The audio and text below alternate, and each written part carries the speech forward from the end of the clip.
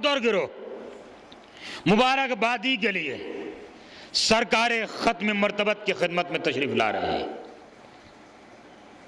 مبارکباد دے رہے ہیں۔ جو ایک بار آ جاتا ہے پھر واپس چلا جاتا ہے، پھر نہیں آتا، پھر دوسرا گروہ، تیسرا گروہ، گروہ پر گروہ، گروہ پر گروہ، گروہ پر گروہ۔ انسانوں سے زیادہ اللہ نے فرشتے پیدا کیے۔ اب اس کے بعد اگر کوئی 3 شعبان نہیں مناتا تو اللہ کسی کے منانے کا محتاج نہیں ہے۔ توجہ نہیں گرامی، اللہ کسی کے منانے کا محتاج نہیں ہے۔ تم سے کئی گنا زیادہ ہمارے پاس منانے والے موجود ہیں جو حسین کی ولادت بھی مناتے ہیں، حسین کی شہادت بھی مناتے ہیں۔ انہی آنے والوں میں ایک ماتوب الہ آیا، مجھے تفصیلات میں نہیں جانا، واقعات آپ کے سنے ہوئے ہیں، مجھے زیادہ زحمت سماعت نہیں دینی ہے، جس کے اللہ نے بالوں پر چھین لیے تھے۔ بالوں پر کیوں چھینے تھے؟ 2 وجہ بیان کی گئی۔ پہلی وجہ کہ آسمان میں پرواز کرتے ہوئے، اڑتے ہوئے اسے خیال آیا کہ مجھ جیسا کوئی نہیں ہے۔ کیوں اس کو خیال آیا؟ اس نے ایک دن یہ سوچا آخر میں دیکھوں تو صحیح دنیا شروع کہاں سے ہو رہی ہے، ختم کہاں ہو رہی ہے۔ بہت توجہ سنی، بہت اہم چیز آپ کی خدمت میں عرض کر رہا ہوں۔ دنیا شروع کہاں سے ہو رہی ہے، ختم کہاں سے ہو رہی ہے۔ پروردگار، میں تیری دنیا کی ابتدا اور انتہا دیکھنا چاہتا ہوں۔ مالک نے کہا اجازت ہے، دیکھو۔ اس نے اللہ سے مدد نہیں مانگی، اپنی طاقت کو طاقت سمجھا کہ میں اپنی طاقت سے ابتدا اور انتہا دیکھ لوں گا۔ 30,000 سال اڑا، 30,000 سال پرواز کی، اڑتے اڑتے اڑتے اڑتے اڑتے اڑتے اڑتے اڑتے جب اس نے دیکھا 30,000 سال ختم ہو گئے، انتہا نظر نہیں آ رہی، تو اسے ایک حور نظر آئی۔ وہ حور اس کے سامنے آ کر مسکرائی، تو اس نے پوچھا کیوں مسکرا رہی ہو؟ کہ میں تمہاری عقل پہ مسکرا رہی ہوں۔ کیا مطلب؟ کہ تم کیا کر رہے ہو؟ کہ میں ابتدائے دنیا اور انتہائی دنیا دیکھنا چاہ رہا ہوں۔ ابتدا کہاں سے، انتہا کہاں سے؟ کہ تمہیں کتنے دن ہو گئے پرواز کرتے ہوئے؟ کہ 30,000 سال ہو گئے مجھے اڑتے ہوئے، 30,000 سال سے میں مسلسل پرواز کر رہا ہوں۔ تو اس نے مسکرا کے کہا ابھی تم نے صرف میرا صحن بھی پار نہیں کیا،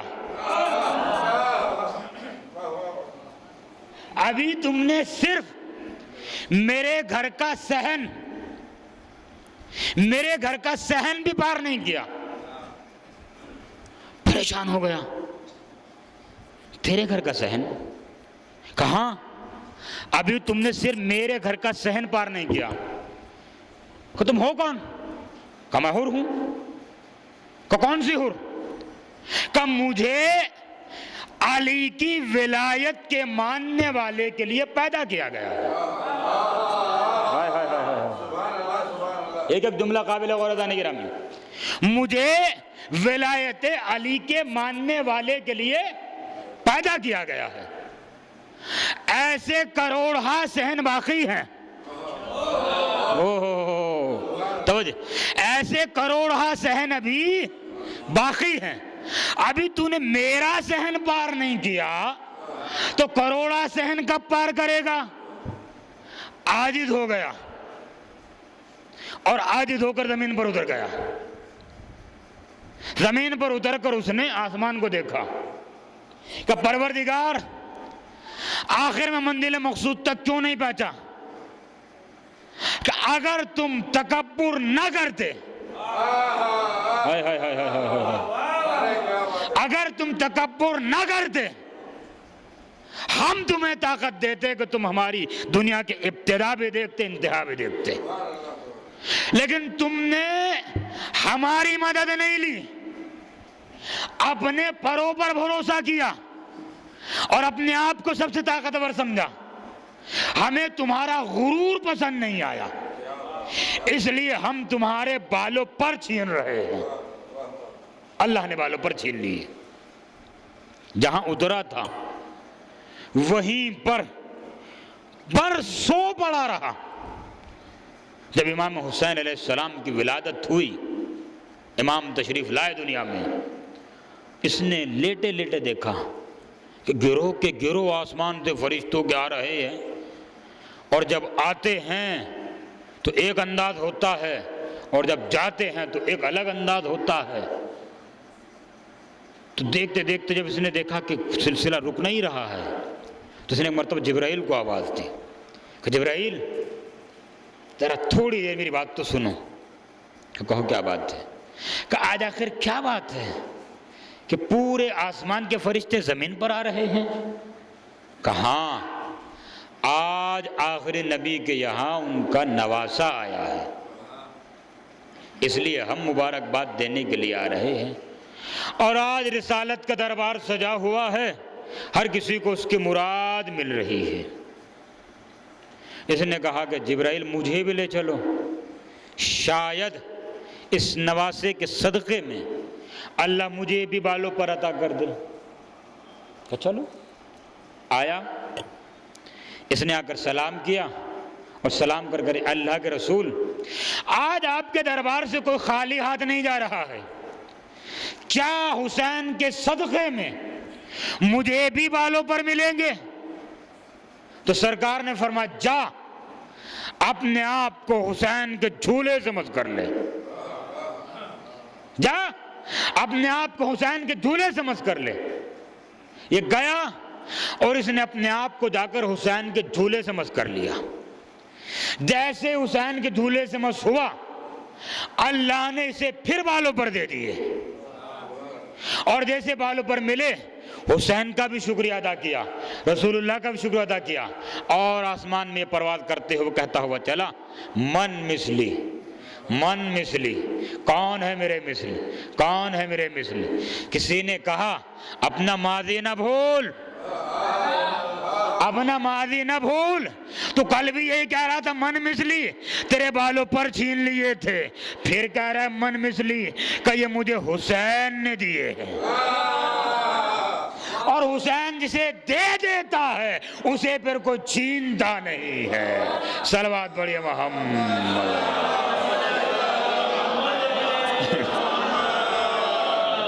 یہ حسین کی آمد مبارکبادی دی جا رہی، تمام فرشتے جب آ کر مبارکبادی دے کر چلے گئے، اب جبرائیل اکیلے آئے، اور جبرائیل اس وقت آئے کہ جب سرکار کے آغوش میں نواسا تھا۔ جبرائیل نے آ کر پھر مبارکباد دی۔ مبارکباد کے بعد جبرائیل کہتے ہیں اللہ کے رسول بات تحفہ درود، اللہ آپ سے یہ فرما رہا ہے کہ اس نواسے کی تعزیت بھی قبول کیجیے۔ کیا مطلب؟ کہ یہ نواسا 3 دن کا بھوکا پیاسا کربلا میں شہید کیا جائے گا۔ رسول اللہ نے جیسے ہی یہ سنا کہ 3 دن کا بھوکا پیاسا شہید کیا جائے گا تو رسول اللہ کی آنکھ سے آنسو بہنے لگے۔ تو رسول اللہ نے پوچھا یہ بتا جبرائیل اسے کون شہید کرے گا؟ کہ آپ کی امت کے جفاکار، ان جفاکاروں کا سردار اسے قتل کرائے گا، اس کا نام کیا ہے؟ تو جبرائیل نے نام بتایا، اس کا نام یزید ملعون ہے۔ تو رسول اللہ نے اس پر لعنت بھیجی کہ خدا کے لعنت ہو اس پر جو میرے حسین کو کربلا میں شہید کرے گا۔ نام لے کر اس رسول اللہ لعنت بھیجی کہ لعنت ہو یزید ملعون پر جو میرے نواسے کو بے گناہ شہید کرے گا۔ یہ ہے پہلی مجلس، پہلے غم جو منایا گیا، جسے رسول اللہ نے منایا اور اپنی آنکھ سے آنسو بہائے۔ آج لوگ پوچھتے ہیں غم منانا چاہیے، آنسو کی ضرورت کیا ہے؟ تو رسول اللہ سے کوئی پوچھے آپ نے آنسو کیوں بہائے، کیوں آپ نے آنسو ٹپکائے، کیوں آپ روئے؟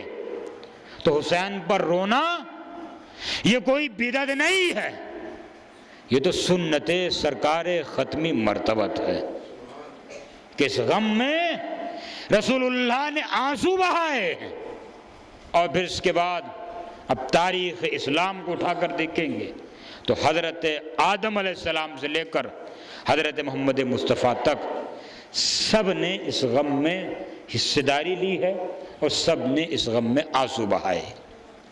حضرت آدم جب روئے زمین پر آئے اور حضرت حوا کو تلاش کرتے ہوئے زمین کربلا پر پہنچے، ٹھوکر لگی، پیر سے خون جاری ہوا، پروردگار یہ کون سی زمین جس پر میرے خون بہ رہا ہے؟ آواز قدرت آئی، اے آدم یہ زمین کربلا ہے جہاں میرے آخری نبی کا نواسہ شہید کیا جائے گا۔ کہ پروردگار اس کا نام کیا ہے؟ اس کا نام حسین ہے۔ پروردگار اسے کون قتل کرے گا؟ اسے یزید ملعون قتل کرے گا۔ تو حضرت آدم نے حسین پر سلام بھیجا، یزید ملعون پر لعنت بھیجی۔ پھر پلٹ کر حضرت نوح کا زمانہ آیا، جب حضرت نوح کی کشتی چل رہی تھی، چلتی ہوئی کشتی جب کربلا کی زمین پر پہنچی تو اچانک کشتی ڈوبنے کے قریب آئی تو حضرت نوح نے فریاد کی، پروردگار یہ کون سی زمین آئی کہ میری کشتی ڈوبنے کے قریب آ گئی ہے؟ آواز قدرت آئی، اے نوح یہ زمین کربلا ہے، تمہاری کشتی زمین کربلا سے گزر رہی ہے، اس لیے ہم نے تمہیں اس احساس کو دلانے کے لیے اس کشتی کو ڈگمگایا ہے۔ پروردگار یہ کون سی زمین ہے؟ یہ کربلا ہے۔ پروردگار یہ کربلا کون سی زمین ہے؟ یہاں حسین شہید ہوگا، آخری نبی کا نواسہ۔ پروردگار کون شہید کرے گا؟ کہ حسین کو یزید ملعون شہید کرے گا۔ حسین پر سلام بھیجا، یزید ملعون پر لعنت بھیجی۔ حضرت موسیٰ کا زمانہ آیا، حضرت موسیٰ بھی زمین کربلا پر آئے اور زمین کربلا پر حضرت موسیٰ نے یزید ملعون پر لعنت بھیجی، حسین پر سلام بھیجا۔ حضرت عیسیٰ علیہ السلام کا زمانہ آیا، حضرت عیسیٰ علیہ السلام بھی زمین کربلا پر آئے اور زمین کربلا پر یزید ملعون پر لعنت بھیجی، حسین پر سلام بھیجا۔ تو معلوم یہ ہوا کہ یزید پر لعنت بھیجنا بھی نبیوں کی سنت ہے، حسین پر سلام بھیجنا بھی نبیوں کی سنت ہے۔ ایک صلوات پڑھیے محمد۔ تو یہ غم بھی نیا نہیں ہے، مراسم بھی نئے نہیں ہیں، اور اس غم کے منانے والے بھی نئے نہیں ہیں۔ چہرے بدل رہے ہیں مگر سلسلہ وہی ہے۔ آدم نے یہ غم منایا، حضرت نوح نے یہ غم منایا، حضرت ابراہیم نے غم منایا، حضرت موسیٰ نے غم منایا، حضرت عیسیٰ نے غم منایا، سب نے غم منایا۔ اور یہ سلسلہ چلتے چلتے آج یہ سلسلہ ہے اور قیامت تک یہ سلسلہ اسی طرح جاری رہے گا۔ تو یہ غم حیات جاودانی عطا کرتا ہے، کامیابی عطا کرتا ہے، کامرانی عطا کرتا ہے۔ کائنات میں جتنا غم حسین پر لکھا گیا ہے اتنا کسی پر نہیں لکھا گیا، جتنا قلم غم حسین پر چلا ہے اتنا کسی ذکر پر قلم نہیں چلا ہے، اور جتنی شاعری یا مثنوی یا تاریخ کربلا پر لکھی گئی ہے اتنی کسی اور پر تاریخ نہیں لکھی گئی ہے، شاعری نہیں کی گئی ہے۔ کائنات میں آپ نے دیکھا مرثیہ، ہر غم پر شاعری کو مرثیہ کہتے ہیں، مگر کربلا نے ایک خاص موقع عطا کیا کہ اب مرثیہ ہر غم پر کہے ہوئے اشعار کو نہیں کہا جاتا، کربلا کے غم میں جو شعر کہے جاتے ہیں انہیں مرثیہ کہا جاتا ہے۔ یہ بھی ایک مختص ہے اور یہ بھی ایک تاریخ کی حقیقت ہے کہ ہر غم پر کہے ہوئے اشعار مرثیے کا مقام نہیں رکھتے، وہی اشعار مرثیے کا مقام رکھتے ہیں جو کربلا کی مصیبتوں پر کہے جائیں یا کربلا والوں کے لیے کہے جائیں۔ تو یہ غم کا سلسلہ برسوں سے چلا رہا ہے۔ اب اس پر یہ پوچھنا قرآن میں کہاں ہے؟ تو میرے عزیزوں بہت سی چیزیں تھیں جو قرآن میں نہیں ہے، اور بہت سی چیزیں قرآن میں نہ تھی نہ ہے اور نہ آ سکتی ہیں۔ اسی لیے پروردگار عالم نے صرف قرآن کو نازل نہیں کیا، قرآن کے ساتھ ایک نور کو نازل کیا، قرآن نازل کیا، نور نازل کیا۔ اور آپ اگر سلسلہ نزول کو ملاحظہ فرمائیں گے تو کتاب کو بعد میں نازل کیا، صاحب کتاب کو پہلے نازل کیا۔ پوری کتابوں کے نزول کا ملاحظہ فرما لیجیے، توراۃ ہے، زبور ہے، انجیل ہے، قرآن ہے۔ پہلے صاحب کتاب، بعد میں کتاب، اور یہ دونوں چیزیں ہمیشہ رہی۔ پہلے سرکار خطی مرتبت آئے، بعد میں قرآن مجید آیا، ہے نا؟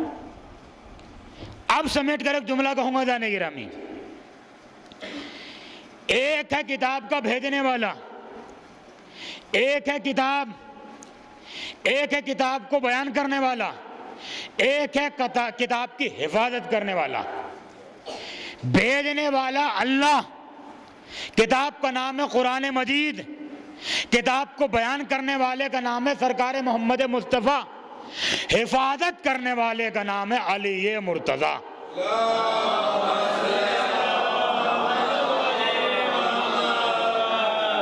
اور الحمدللہ چونکہ کتاب موجود ہے، محافظ کا ہونا ضروری ہے، اسی لیے ایک فرزند علی پردہ غیب میں موجود ہے جو کتاب کی حفاظت کر رہا ہے، اسی لیے کتاب محفوظ ہے کیونکہ حفاظت کرنے والا موجود ہے۔ اب یہ سوال میں انشاءاللہ اس پر کل تفصیل سے گفتگو کروں گا کہ ہر چیز قرآن سے نہ تھی، نہ بتائی جا سکتی ہے، اور نہ قرآن میں پائی جاتی ہے۔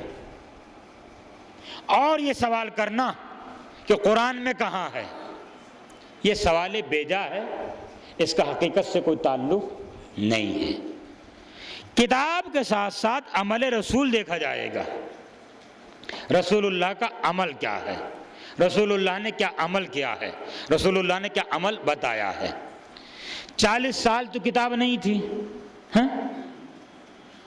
63 برس کی زندگی میں تو کتاب نہیں تھی، 40 سال کے بعد ہی کتاب کا نزول ہوا، وہ بھی آہستہ آہستہ آہستہ آہستہ سرکار نے کتاب پیش کی، لیکن عمل ہوتا رہا، لوگ نمازیں پڑھتے رہے، روزے رکھتے رہے، تمام امور انجام دیتے رہے، تو معلوم یہ ہوا کہ معصوم کا عمل بھی حجت ہوتا ہے۔ معصوم جو عمل کر رہا ہے وہ عمل بھی حجت ہوتا ہے، اس عمل کو دیکھ کر عمل کرنے کا نام ہی سنت پیغمبر کہلاتا ہے۔ ایک صلوات پڑھیے محمد۔